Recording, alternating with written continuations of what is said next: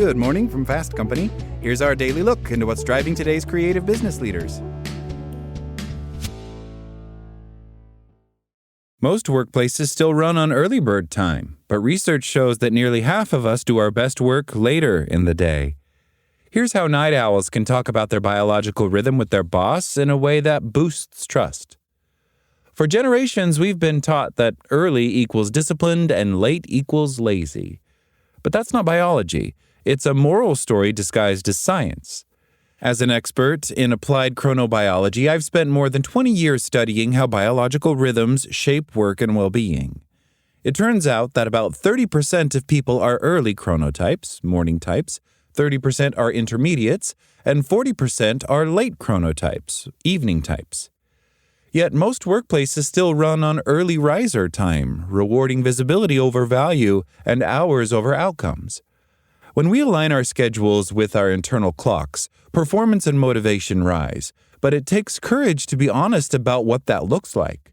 The people most disadvantaged in our contemporary workplaces are night owls like myself, whose performance peaks much later in the day.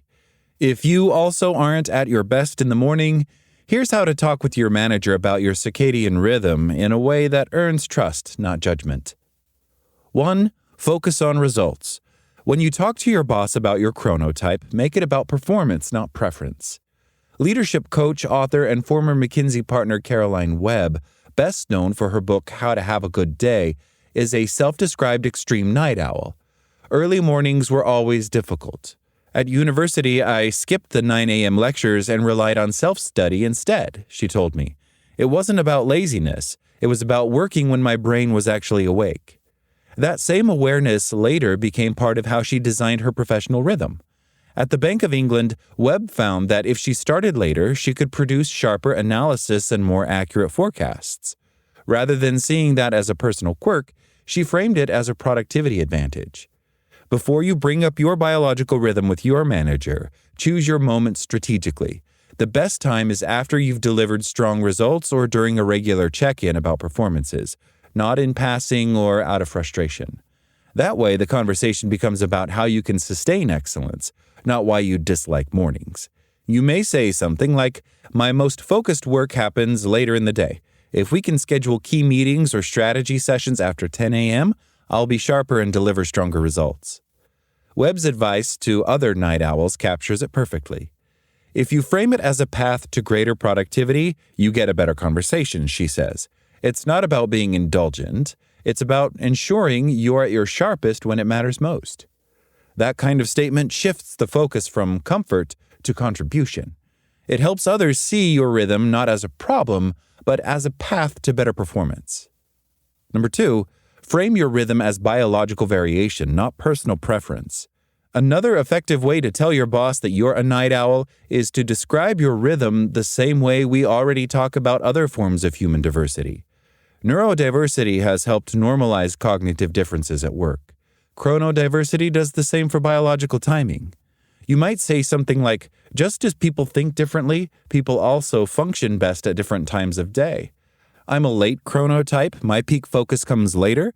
If we can schedule my key work during my strongest cognitive hours, you'll get better decisions and higher quality output from me.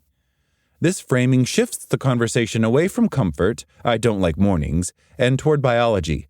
My brain performs optimally at a different time. Leaders tend to respond more positively when a request is grounded in science, performance, and inclusion rather than habit or lifestyle. It also normalizes the conversation. Instead of asking for special treatment, you're highlighting a natural dimension of human variation, one that future workplaces will increasingly recognize as essential to well-being, creativity, and sustained performance. 3, ask targeted questions in your next job conversation. If your current workplace leaves no space for flexibility, take your chronological rhythm seriously in your next opportunity. Ask questions that reveal how the organization really thinks about time. When do most team members start their day?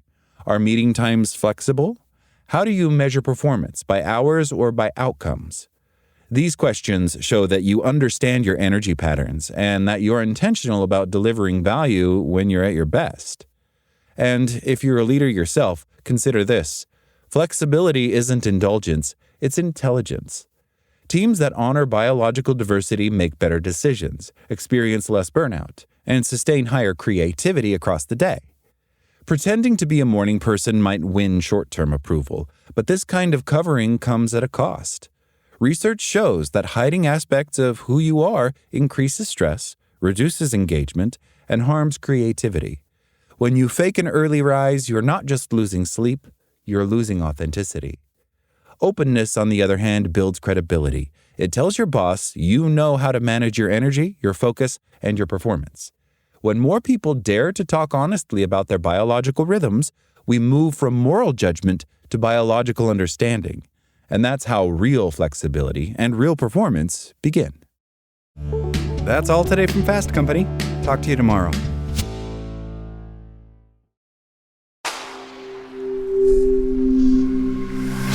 SpokenLayer.